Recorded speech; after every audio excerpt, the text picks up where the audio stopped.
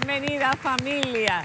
Gracias por sintonizar hoy miércoles, el ombligo de la semana, y ustedes escucharon quién va a estar aquí en el día de hoy, esa adoradora con esa voz maravillosa, extraordinaria, que hará retumbar estas paredes. Definitivamente, cuando yo escuché esa canción, Mi alma adorará, entré en otra sensación, en otra emoción muy distinta. No Saludos. sé por qué abren el plano. ¿Qué tal? ¿Cómo cuando estás? Yo estoy ¿Verdad? entrando, ¿verdad?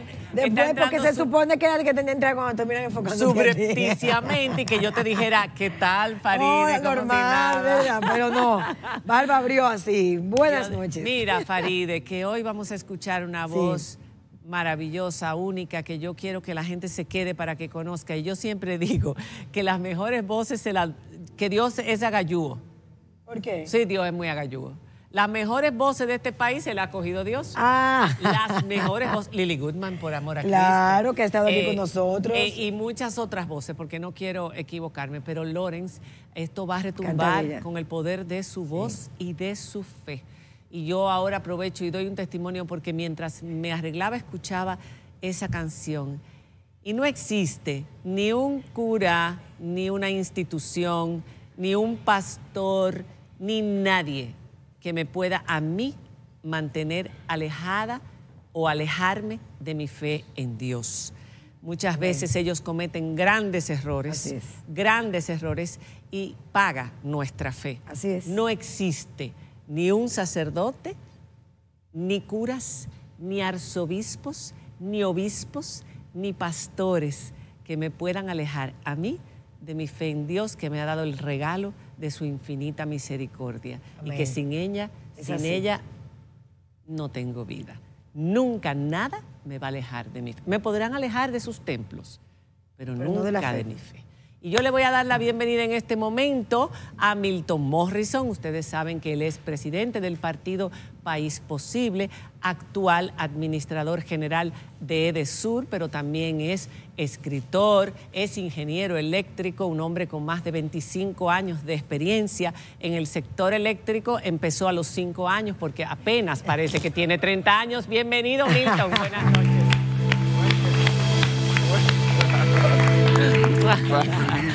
Hay que decir, hijo de Mateo Morrison, nuestro gran poeta, que no pude estar presente en ese bar maravilloso que te cogiste para ti sola.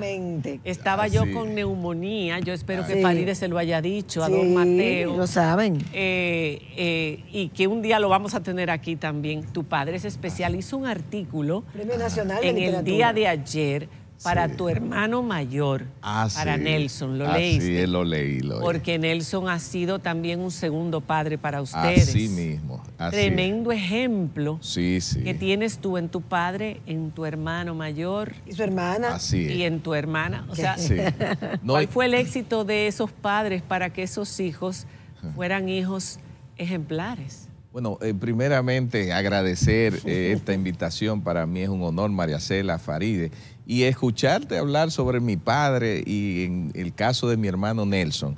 Es algo que a mí me toca, porque es así.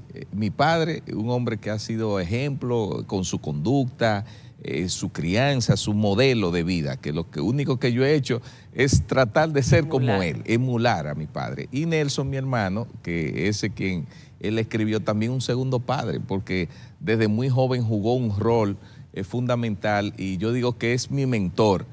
Yo en gran parte soy el profesional que soy porque he tratado de ser el profesional que él es. Y realmente para mí eso me toca Qué mucho. Importante es que los hombres tengan buenos ejemplos de otros hombres. Así es. Esos modelos masculinos de una masculinidad sana es muy importante para nuestros niños. Totalmente. Bueno, pero vamos a entrar en materia y vamos a entrar entre electricidad y política, por supuesto. Tú acabas de también ser, aquí estamos, estás en 27 de enero, fuiste electo como secretario de la Junta Directiva del Comité Regional para Centroamérica y el Caribe y la Comisión de Integración Energética Regional, CECACIER. Eso contó con el voto unánime de los miembros de esta entidad no gubernamental que agrupa 50 empresas e instituciones en 7 países de Centroamérica y el Caribe. Y ahora presidente de la COPAL, de la Comisión Energética de la COPAL. Así es. Mira, este año ha sido un año que precisamente hemos asumido un rol digamos, de carácter internacional en entidades como la CECACIER, que es una entidad muy prestigiosa que agrupa 7 países, los países de Centroamérica y República Dominicana. Y la COPAL, obviamente, que también es una entidad política que agrupa 70 países, 70 partidos en 30 países, me eligieron como presidente de la Comisión de Energía. Son posiciones, obviamente, que necesitan una dedicación especial porque ya salimos del ámbito local, claro. Y obviamente, pero lo veo como una gran responsabilidad y lo asumo con una gran humildad. Y en eso asumimos y estamos trabajando para fortalecer lo que es el sector eléctrico y la industria eléctrica en la región y en Latinoamérica. O sea que en eso estamos trabajando. Donde tú tienes muchos años trabajando, porque probablemente la gente diga ahora que él está en Edesur desde hace 2 años, pero tú eres ingeniero y te has dedicado mucho al tema energético desde hace años, trabajando incluso en empresas privadas desde hace muchos años este tema, en generadoras de electricidad, y has adquirido mucho conocimiento profesional. Ahora tienes el gran desafío de asumir Edesur desde hace 2 años y medio, con déficits fuertes, con una demanda siempre de los ciudadanos de que haya energía eléctrica y que llegue no solamente a todos los hogares, sino que lleve a un precio asequible. ¿Cuál es la situación que encuentras en Edesur una vez tomas posesión? Bueno, mira, lo primero, me voy a detener un momentito para relatar eso que tú decías, de ese tiempo que tenemos vinculado al sector eléctrico. Inicié cuando tenía 5 años, como decía María Cela. Y Milton chiquita me trataba de explicar cómo era que se cobraba la luz. Pero qué bien. El tema es, sí, o sea, yo soy ingeniero eléctrico de formación. Y les voy a contar algo. La motivación mía para estudiar energía eléctrica, ¿ustedes saben cuál fue? Cuando yo concluyo más o menos el bachillerato en el año que estaba terminando 90-91, ¿qué resulta? Había muchos apagones. Estaba el tema de la guerra de Irak, la escasez de los combustibles. Los y en el país han sido siempre. No siempre, pero ahí es que voy, pero se agudizaron. Recuerden, ese era el momento donde hubo una migración no peor que en los años 70. En el 90 claro, hubo una crisis petrolera en el 70. Una crisis en el 90, pero en los 70. No, porque ya en los 70 ahí no tenía la conciencia. Pero ¿qué sucede? En los 90, y es que viene, yo cuando llegaba del bachillerato, de la escuela, y en las noches quería estudiar, era con vela, porque nunca había, con lámpara y con vela. Yo hice perspectiva con una lámpara de querosene, una perspectiva enorme. Así es. Entonces, a cada rato la vela, y se me gastaba la vela, y eso consumía los ojos. Y ahí yo me dije, no, pero yo tengo que estudiar algo para ver cómo contribuyo a la solución de este problema. Y eso en parte, esa fue como la llama inspiradora para yo estudiar ingeniería, y entro a la Universidad INTEC en el año 92. Ahí me hago ingeniero y bueno, y he tenido una experiencia tanto en el sector público, privado, la academia, etcétera.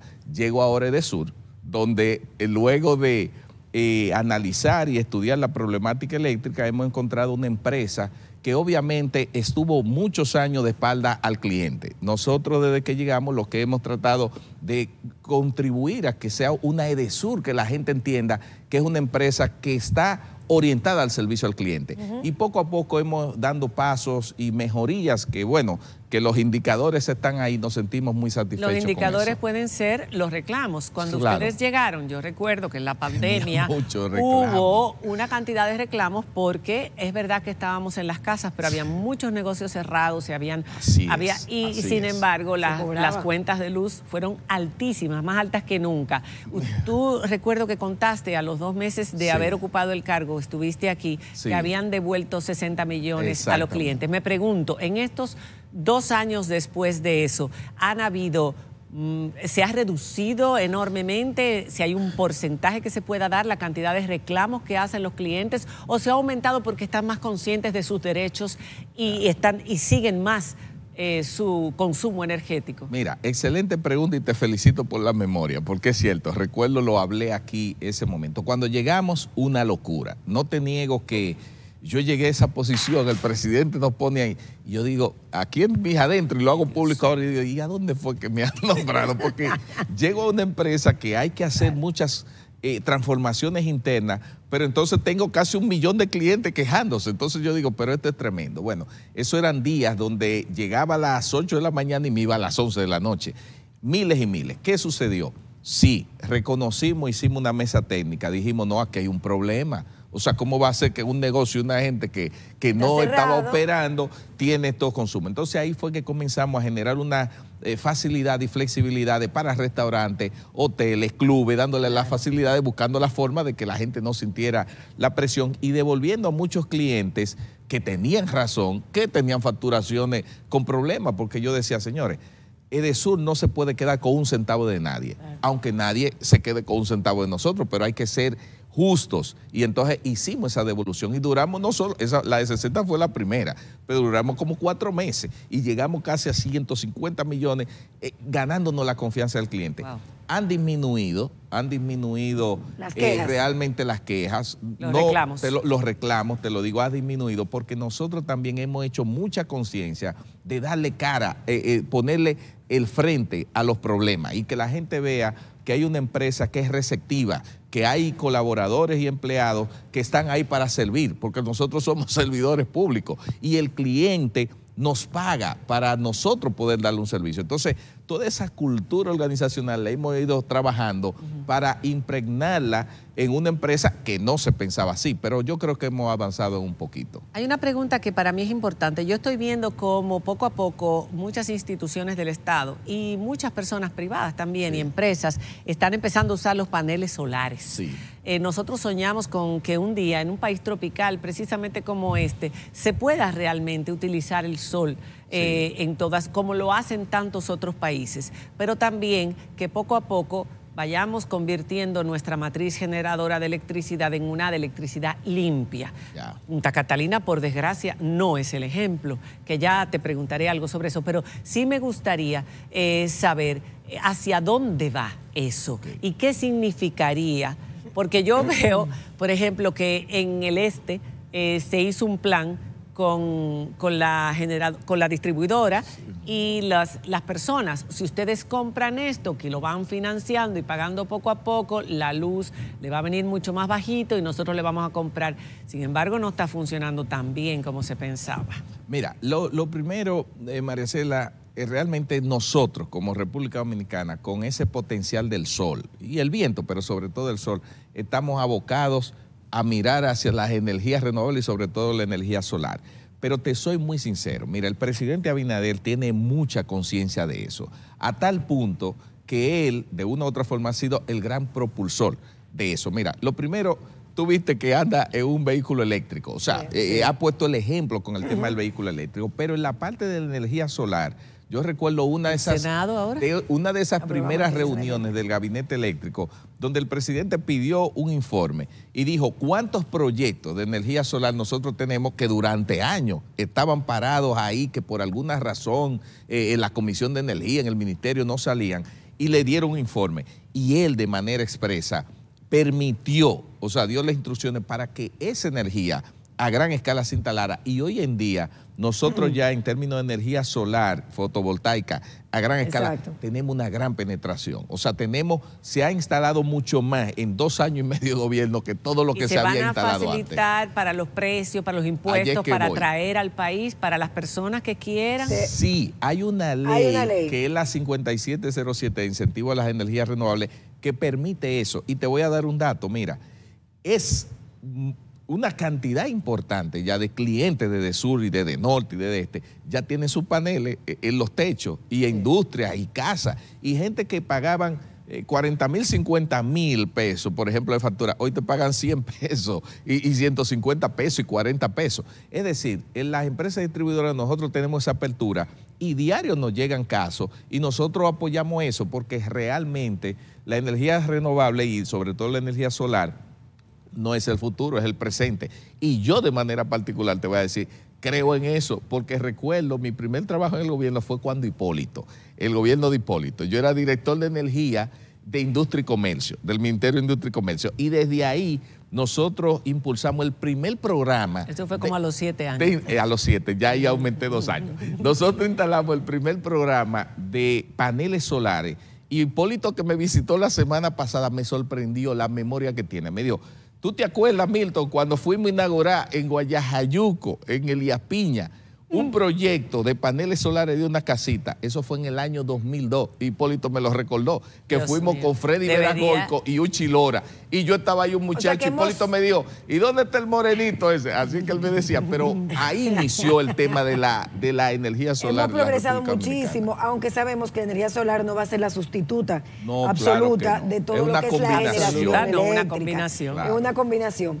Y en el tema de la distribuidora eléctrica de Edesur, que los reclamos se han reducido, uno se sigue encontrando la luz cara, Milton. Bueno. Siempre se le encuentra cara. Y uno trata, según las informaciones que ustedes mismos han suministrado en el tiempo, y como tenemos también a Protecom, donde podemos ir cuando tenemos una queja, de decir, bueno, yo estoy consumiendo tantos kilovatios hora, déjame ver cómo va el transformador aquí y allá. ¿Qué es lo que pasa? ¿Por qué la tarifa eléctrica no baja? ¿Y por qué? Dice que no va a subir, pero no baja. Pero viene el verano y cuando hay calor, aumenta mucho el consumo. No, mira, te digo algo. Lo primero... Porque dicen por ahí que algunos pagamos la de la subsidiado también. Permíteme hacer... Son mitos esos. No. Hay realidades, hay una combinación. Pero el tema está... Lo primero, déjame hacer una aclaración justa y válida. Las distribuidoras no somos los que aumentamos la tarifa eléctrica. La tarifa eléctrica es a través del órgano regulador que es la Superintendencia de Electricidad. Y como yo digo, cuando se hacen desmonte el subsidio que aumenta la tarifa, a mí como distribuidora ni me consultan, a mí me dicen, aplica tal cosa. Y yo simplemente lo aplico. Entonces, pero no obstante eso, es cierto que hay una percepción. Bueno, porque uno va a Edesur a pagar. Exacto, hay una percepción que es cara. Y en el verano, lo que pasa es que como hay un aumento de la temperatura, los equipos, los electrodomésticos trabajan más. El esfuerzo que hace un aire acondicionado para enfriarte en diciembre, que en julio o en agosto, no es más. Entonces, el consumo aumenta. No es que la tarifa aumente, es que si te aumenta el consumo en kilovatio hora, tú lo multiplicas por la misma tarifa y te da una factura más grande. El nivel de fraude que se observaba antes ya no existe. Hay mayores controles. Mira, eso es una locura. Y mira cómo respiré hondo y dije así, hay un tema de conciencia ciudadana. Y yo aprovecho este espacio que lo ve tanta persona para decirles que si bien es cierto la distribuidora, hacemos un esfuerzo por reducir las pérdidas que tanto se critican, hay una conciencia ciudadana de que aquellos que usan la energía tienen que pagarla. Entonces, no es que ha habido una disminución, porque nosotros todos los días tenemos que, a través de la dirección de pérdida, de la dirección de seguridad, estar cortando cable y eso. Entonces, un día tú cortas algo ilegal y vas a los 2 días y está igualito. Entonces, pero no hay consecuencias. Bueno, existe, digamos... a través del PEGASE, que es la Procuraduría del Fraude Eléctrico especializada. Pero aquí los procesos legales son muy... y no se persiguen. Y bueno, y además son muy... Tú tienes que agarrarlo infragante. Se van y vuelven y lo montan. Exacto. Y volverán. Entonces es difícil. Pero ahí estamos. Para eso estamos, para seguir. Yo tengo que hablar algo rapidito de tu partido político, pero lo de Punta Catalina, que dijiste que no iba a acabar con los apagones en el 2017, ha sido denunciada. Recientemente se publicó un estudio por la gran contaminación que está generando en toda esa zona. Nunca sabremos cuánto nos costó a los dominicanos, cuánto nos robaron en esas plantas, aunque ya se presentó una auditoría forense, pero tampoco sabemos, y yo creo que y cuándo se va a hacer esa conversión, que era otra cosa, porque se puede convertir de carbón a gas natural. y ahora con la crisis del gas natural, no sé, pero si me puedes rápidamente responder lo de Punta Catalina. Decirte algo, sobre Catalina ha habido un gran debate. Yo tengo una gran amiga que quiero mucho, que es senadora del distrito, que fue la que en un momento, de la vocera principal, que habló sobre ese tema. Entonces hay una deuda pendiente con la sociedad dominicana. Sí, señor.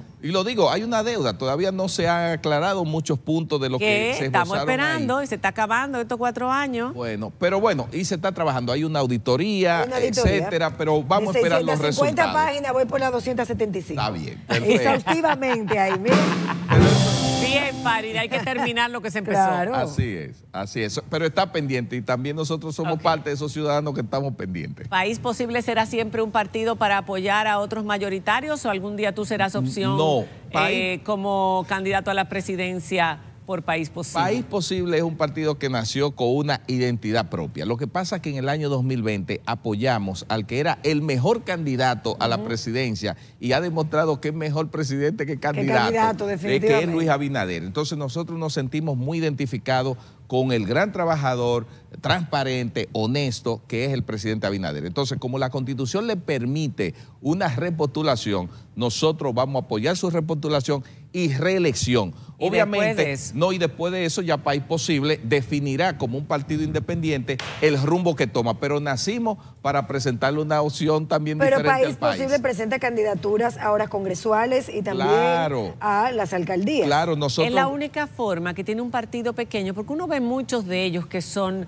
especie de plantas parásitas, ¿no? Sí, que pero ese no es el caso viven País Posible. Exacto, que viven de los partidos grandes y uno dice, ¿para qué existen todos estos partidos? Más de 20. Te digo algo, nosotros somos el partido que más reciente fue aprobado en las elecciones. Nosotros nos aprobaron 3 meses antes de las elecciones. No había tiempo. Y no había tiempo de nada, y apoyamos eso. Hemos estado trabajando y obviamente contribuyendo desde el gobierno del cambio a hacer las transformaciones y cambios que necesita el país. Pero obviamente, como tú dices, María Cela, tenemos una agenda, hay propuestas y como dice Faride, aunque llevamos muchos candidatos en unión con el PRM, tenemos candidaturas propias. Y después de Luis Abinader seguiremos trillando un camino para hacer un partido... ¿Y cuántos están trabajando en el gobierno de los fundadores y de los miembros de País Posible? Bueno, no todos, pero una cantidad importante. Porque cuando hicimos la alianza con el presidente Abinader, él vio en País Posible no solo un elemento cuantitativo, sino cualitativo. Recuerdo esa reunión que dijo Luis. Aquí yo veo muchos profesionales, muchos jóvenes que yo quiero que vayan al gobierno. Y eso es lo que hemos hecho, contribuir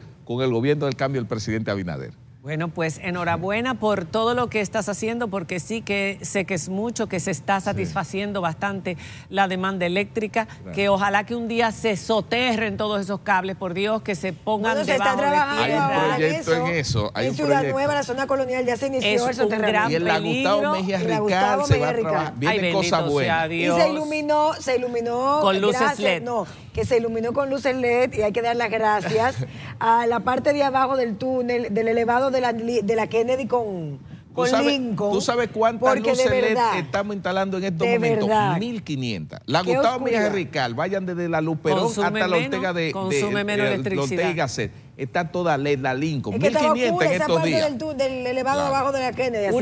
Y el malecón también iluminado. Una ciudad iluminada, sin cables horrorosos como esos y peligrosos en caso de catástrofe. El 90% de esos cables son de telecomunicación y el cable. Pues todo eso no son eléctricos, tienen que ir por debajo. No son eléctricos, no son eléctricos. Pero todo tiene que ir por debajo de la tierra, todo. Ojalá yo ver un día mi ciudad Santo Domingo libre de esas telarañas. Hay que decirle a las personas que son clientes de Edesur que cuando tengan una queja por falta de iluminación, llamen a Edesur.